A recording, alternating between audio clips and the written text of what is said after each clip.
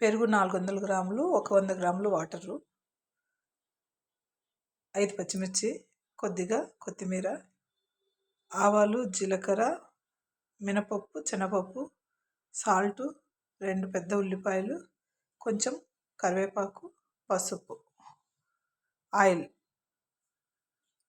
ఉప్పు వేసి కలిపి మజ్జిగ కొట్టి పెట్టుకోవాలి. మజ్జిగ కొట్టి కొత్తిమీర కూడా వేసుకోవాలి.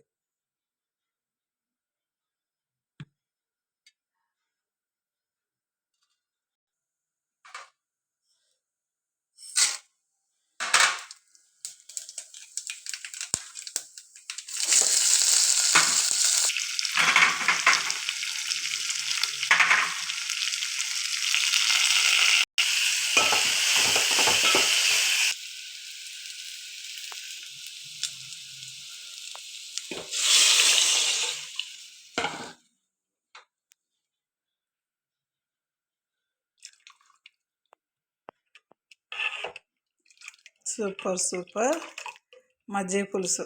మనం ఇంకా కావాలనుకుంటే ఈ పచ్చిమిర్చి అన్నీ బాగా ఇట్లా పిసుక్కొని మళ్ళీ మిక్స్ చేసుకుంటే ఇంకా గుమ్ముగా మంచి కారం కూడా పడుతుంది. ఇలా తిన్నా కూడా సూపర్ ఉంటుంది, చాలా టేస్ట్గా ఉంటుంది. ఒక్కసారి చేసుకొని తిని చూడండి. Thank you.